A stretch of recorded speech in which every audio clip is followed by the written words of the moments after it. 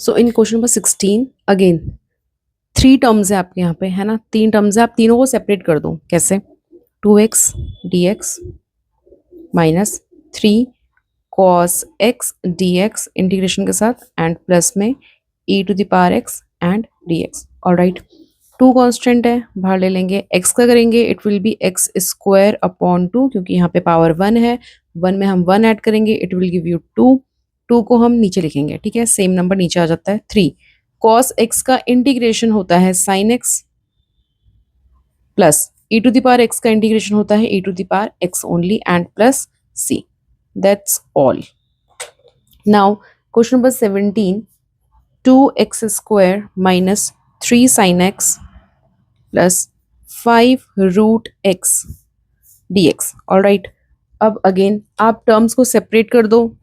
2 को बाहर ले लो, x स्क्वायर dx माइनस 3 को बाहर ले लो, integration of sine x dx plus 5 को बाहर ले लो एंड रूट x का integration. Alright, 2 as it is, x square का हम इंटीग्रेशन करेंगे it will give you x to the power 3 upon 3 minus 3 as it is. Now sine x का integration minus cos x होता है, थोड़ा सा ध्यान रखना साइन का, ठीक है।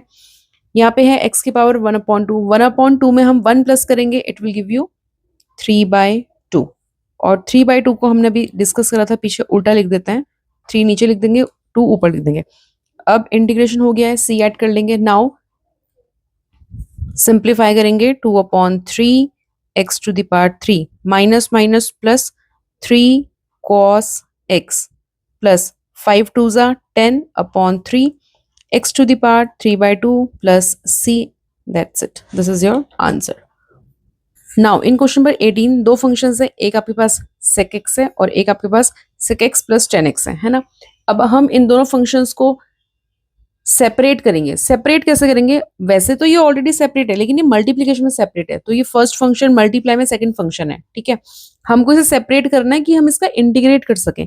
इसको ना मल्टीप्लाई कर लेते हैं अंदर, तो ये हमको मिल जाएगा sec स्क्वायर x, ठीक है, और इसको इससे मल्टीप्लाई करेंगे it will give you sec x tan x, ठीक है। डिफरेंशिएट, अब सेपरेट कर दो। हमारे पास sec स्क्वायर x का डायरेक्ट इंटीग्रेशन है that is tan x plus, और हमारे पास sec x tan x का डायरेक्ट इंटीग्रेशन है that is sec x and plus c as it is answer, ठीक है।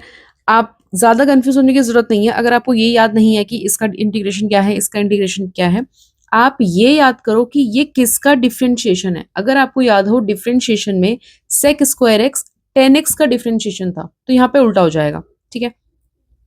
sec x का डिफरेंशिएशन क्या होता है? sec x tan x, तो यहाँ पे उल्टा हो जाएगा। अगर मैं इस sec स्क्वायर x को लिखूं 1/cos स्क्वायर x, ठीक है, और cosec को ऊपर भेज देते हैं, इसको कर देते हैं sin स्क्वायर x dx, ठीक है। Now sin square x upon cos square x कितना हो जाएगा? tan square x dx। अब हमारे पास sec स्क्वायर x का डायरेक्ट इंटीग्रेशन है, लेकिन tan स्क्वायर x का नहीं है, तो क्या करते हैं, इसको थोड़ा सा फॉर्मूला अगर आपको याद हो, sec square x minus tan square x is equals to 1, ठीक है। 10 को उधर भेज देते हैं, पॉजिटिव में आ जाएगा, और 1 को इधर शिफ्ट कर लेंगे तो नेगेटिव में आ जाएगा। तो मैं इसको रिप्लेस कर सकती हूँ इससे, sec स्क्वायर x माइनस 1, ठीक है, इससे रिप्लेस कर दिया। अब हमारे पास डायरेक्ट इंटीग्रेशन है sec स्क्वायर x का, सेपरेट कर लेते हैं, मर्जी है आपकी, अगर डायरेक्ट करना चाहते हो डायरेक्ट कर लेना। sec स्क्वायर x का इंटीग्रेशन होता है tan x, x का 1 का हो जाएगा यहाँ पे x and plus c। That is your answer.